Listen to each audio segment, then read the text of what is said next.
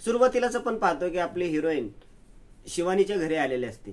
शिवानीच्या घराला बाहेरून कुलूप असते। ती इकडे तिकडे बघते पण तिला कोणी दिसत नाही। एवढ्यात तिला घरातून भांडी पडलेल्याचा आवाज येतो। ती खिडकीतूनच आतीला अंदाज घेते तर तिला आतून आवाज येतो। ती शिवानीला आवाज देते।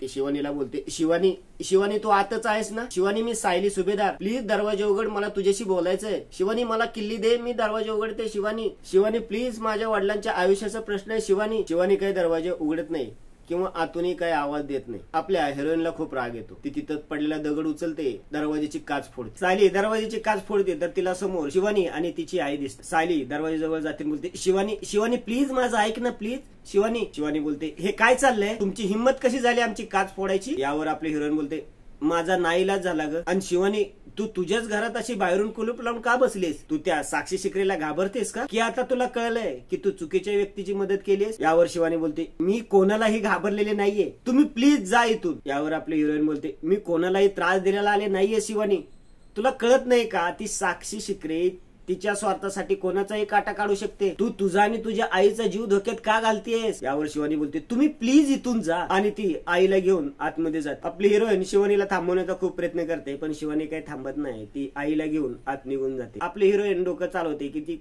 काच फुटलेली असते, ती तिथून हात आत घालून दरवाजाची कडी काढायचा प्रयत्न करते पण फुटलेल्या काचांपैकी एक काच तिच्या हाताला लागते। ती जोरात वेवळते। तिचा आवाज ऐकून शिवानी आणि तिची आई बाहेर येतात। इकडे शवाघरातून प्रेत पाहून तन्वी आणि नागराज बाहेर येतात। तन्वी खूप घाबरलेली असते। नागराज तिला बोलतो, ए काय चाललंय? वॉर्डबॉय बाहेर येतो आणि बोलतो, साहेब कुठली बॉडी पाहिजे? मला चढदीची सांगा, मला भरपूर काम आहे। नागराज त्याला बोलतो, ए चल, माहितीये तुला किती काम आहेत ते। आणि कुठली बॉडी? काय कुठली बॉडी? मगाशी आपण फायनल केली ना ती 26 नंबरची, तीच बॉडी आम्हाला पाहिजे। उद्या मी फोन करेन, ती बॉडी कुठं पोचवायची ती मी सांगेन, तिथं ती पोचवायची। तोपर्यंत त्या बॉडीला काही झालं नाही पाहिजे, इथं व्यवस्थित राहिली पाहिजे। आणि तू तुझं तोंड बंद ठेवायचं, कुठेही काय बोलायचं नाही। जर काय बोललास तर या प्रेतांबरोबर तुलाही झोपवीन। वॉर्डबॉय बोलतो, हो हो हो सर्व समजलंय मला, तुमची बॉडी मिळेल तुम्हाला। वॉर्डबॉय निघून जातो। नागराज प्रियाला बोलतो, ए बाई झालं का तुझं रडून? कुणी बघितलं तर एखाद्याला वाटलं की तुझा सक्का नातेवाईक मेलाय आतमध्ये, किती रडतेस? हा? यावर तन्वी बोलते, अहो मला काय अशी सवय आहे का रोज रोज प्रेत बघायची? मी एक साधी अनाथाश्रमात वाढलेली मुलगी आहे। यावर नागराज बोलतो, तू आणि साधी? अगं 1000 निर्लज्ज मेला असतील असले, त्यानंतर तू जन्माला आले, साधी म्हणे। तन्वी बोलते, तुम्हाला तर असंच वाटणार ना, मी त्या महिपत सारखे रोज 2-4 मर्डर नाही करत। आणि मी तन्वी किल्लेदार होण्याचं कबूल केलं, कोणासाठी? तर तुमच्यासाठी। तेव्हा मला माहित नव्हतं की हे असं सगळं करावं लागेल म्हणून। कळलं ना आता की रविराज किल्लेदारची करोडोची प्रॉपर्टी जर हडप करायची असेल तर काय काय करावं लागतं ते? ही अशी प्रेत बघावी लागतात, त्यांचा वास सहन करावा लागतो, बरंच काही करावं लागतं। आता बस रडत बसू नकोस, उद्याची तयारी करायची आपल्याला, पुढचं सगळं करायचंय, चल लवकर। दोघंही तिथून निघून जा। इकडे शिवानीची आई शिवानीला बोलते, अगं शिवानी त्या पोरीच्या हाताला किती लागले बघ, रक्त येतंय।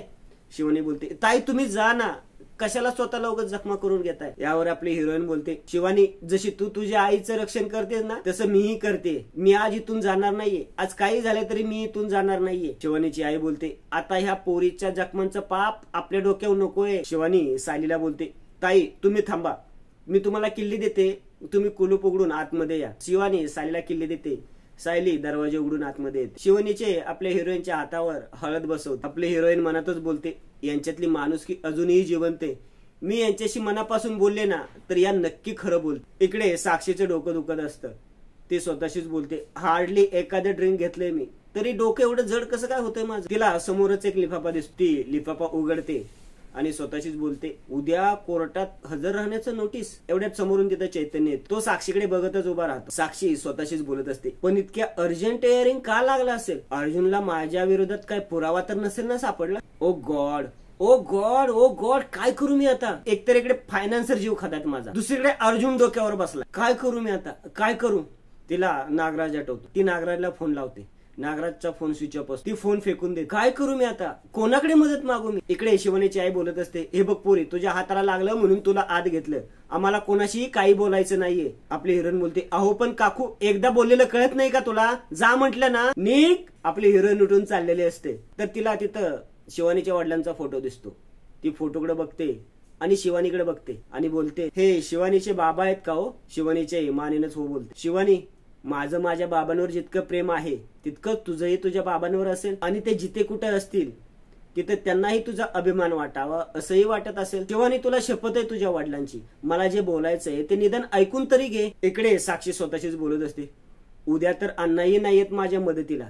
उद्या जर अर्जुनने कोर्टात एखादा बॉम्ब टाकला तर कोणही माझ्या मदतीला. त्या येडपट चैतन्याचीच मदत घ्यावी लागेल. एवढ्यात तिचं लक्ष चैतन्यकडे जातं. ती बोलते, चैतन्य? चैतन्य तिच्या जवळ जातो, बोलतो, साक्षी अरे कुठे गेला होतास तू? मी सकाळपासून तुला शोधते. हे बघ आत्ताच तुला कॉल करणार होतो. चैतन्य बोलतो, हो अगं एक मीटिंग आली होती, ती अटेंड करायला गेलो होतो.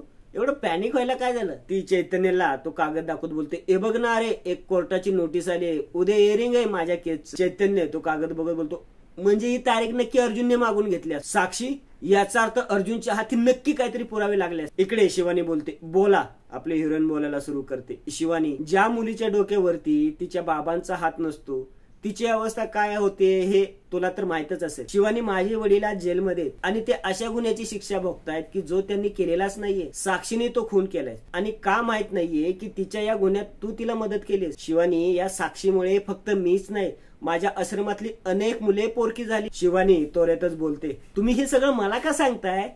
माझा याच्याशी काही संबंध नाहीये आणि मी कसलाही खोटेपणा केलेला नाहीये. आणि शिवानी आतमध्ये चाललेले असते. आपले हिरोईन बोलते, थांब शिवानी, तू जे हे सगळं बोलतेस ते तुझ्या बाबांच्या फोटो समोर येऊन बोलशील, त्यांच्याकडे बघून बोलशील की तू थोड्या पैशासाठी कोणत्याही निष्पाप माणसाचं आयुष्य उद्ध्वस्त करत नाहीये. तू हे जे काही केलं त्याच्यामध्ये तुझा नाईलाज होता हे मला माहितीये, कारण परक्या माणसांच्या जखमावर हळद लावणारी माणसं मनाने स्वच्छ असत. पण शिवानी, हे बघ, तुझ्या हातून जी चूक घडली ना ती सुधारायची संधी मिळते आता. तू कोर्टामध्ये जे सांगितलंस की रात्री साक्षी भेटली होती तेव्हा प्रत्यक्ष काय घडलं हे तू खरं बोल, तरच तू या फोटो समोर अभिमानाने उभी राहू शकशील. सायली हात जोडत बोलते, प्लीज शिवानी, प्लीज प्लीज खरं बोल, मी हात जोडते. इकडे साक्षी बोलत असते, चैतन्य मला खूप टेन्शन येते. चैतन्य, हा अर्जुन ना मला खोटं पाडण्यासाठी काही खोटे पुरावे उभे करू शकतो. चैतन्य बोलतो, हो हो हो हो, तू शांत हो बस. तो तिला खाली बसवतो आणि बोलतो, अगं खोटे पुरावे तयार करणं काही इतकं सोपं वाटतं? अशा गोष्टींना फक्त खालच्या दर्जाचे नीच गुन्हेगारच तयार कर. यावर साक्षी बोलते, पण अर्जुन काही करू. चैतन्य बोलतो, हो करू शकतो, पण तुझा वकील कोण आहे? मी आहे की नाही? मग टेन्शन घेण्याचं काही कामच नाहीये. तू मला सगळं खरं सांगितलंयस ना? कुणाच्या रात्री तू कुठं होतीस हे सांगितलंयस ना? तुम्हाला माझ्यापासून काही लपून ठेवलं नाहीयेस ना? साक्षी बोलते, नाही, मी सगळं खरं सांगितलंय तुला, आणि मी का लपून ठेवू ना तुझ्यापासून काही? मग झालं तर चिल, तुझं खरं आहे ना? मग कुठलाही मोठा वकील काही करू शकत नाही. चिल, अजिबात टेन्शन घेऊ नकोस. मी उद्याच्या एअरिंगच्या तयारीला लागतो. आणि तो उठून निघून जा. साक्षी स्वतःशीच बोलते, माझ्या वकिलाशी सुद्धा खरं बोलता येत नाहीये मला.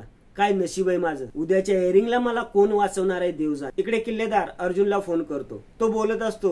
एवढ्यात पाठीमागून तन्वी आतमध्ये येत असते. ती दरवाज्यातच थांबते. किल्लेदार बोलत असतो, अरे कोर्टाची नोटीस आली मला, अर्जंट हिअरिंग ठेवलं. वात्सल्य आश्रम केस मध्ये काय आणखी गोष्टी सापडल्यात का तुला? अर्जुन बोलतो, हो मला कळलंय की शिवानी जाधवने खोटी साक्ष दिली होती. महिपत शिकरेने तिला पैसे देऊन खोटी साक्ष द्यायला लावली होती. आम्ही आता तिकडे चाललोय, शिवानीशी बोलण्याचा प्रयत्न करतो. किल्लेदार बोलतो, बापरे, हे खूप शॉकिंग आहे. खरं तर मोठा ब्रेक थ्रू आहे. तन्वी स्वतःशीच बोलते, किल्लेदार काय बोलत का नाहीये? मला कळणार कसं की आश्रमाच्या केसमध्ये काय घडतंय? किल्लेदार बोलतो, गुड लक, गुड जॉब. हे बघ माझी काय मदत लागली तर नक्की सांग. All the best. Killedar phone ठेवतो. तन्वी लगेच आतमध्ये येते आणि बोलते, बाबा फोनवर बोलत होता?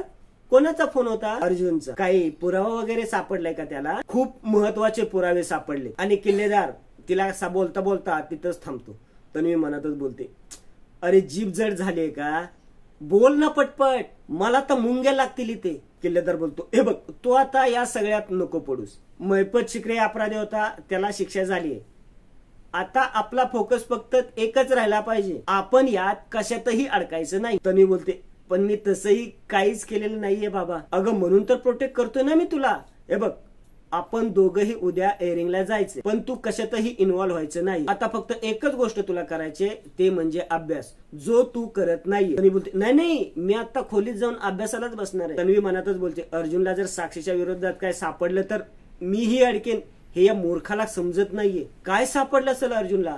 तन्वी स्वतःच्याच विचारात असते. किल्लेदार बोलतो, हे बघ अजून तू इथंच उभी आहेस? तन्वी गडबडीने तिथून निघून जात. इकडे आपली हिरोईन बोलत असते, काय ठरवलंय शिवानी? यावर शिवानी बोलते, तुम्ही बोललात ते सर्व बरोबर आहे. मला पैशांची गरज होती म्हणून मी वाहवत गेले, पण मी कोर्टात खोटी साक्ष दिल्यापासून मी माझ्या आईच्या चेहऱ्यावर हसूच नाही पाहिले. माझं मन मला सतत खात असतं. देवासमोर दिवा लावताना माझा हात थरथर कापत असतो. मी हे ओझं आणखी नाही वाहू शकत. मी कोर्टात खरी साक्ष द्यायला तयार. आपली हिरोईन खुश होते आणि बोलते, मला माहित होतं की तुझ्यातली माणुसकी जिंकणार. सायली हात जोडत बोलते, तुझी खूप आभारी आहे. तू कोर्टात खरं बोलशील ना. ती लगेच अर्जुनला फोन लावते. अर्जुन फोन उचलतो आणि बोलतो, हा बोला. सायली बोलते, एक आनंदाची बातमी आहे. शिवानी कोर्टामध्ये खरं बोलायला तयार आहे. तुम्ही लवकर या. अर्जुन बोलतो, म्हणजे तुम्ही तुमची जादूची कांडी फिरवली. दिस इज रिअली ग्रेट. मी लगेच येतो. शिवानीची आई बोलते, खरंच शिवानीने योग्य तो निर्णय घेतला. आपली हिरोईन बोलते, हो, तिच्या बाबांना खरंच तिचा आज अभिमान, पण माझ्या आश्रमातली मुलं पण आयुष्यभर तुझा उपकार मानतील. आणि आजचा भाग इथेच संपतो.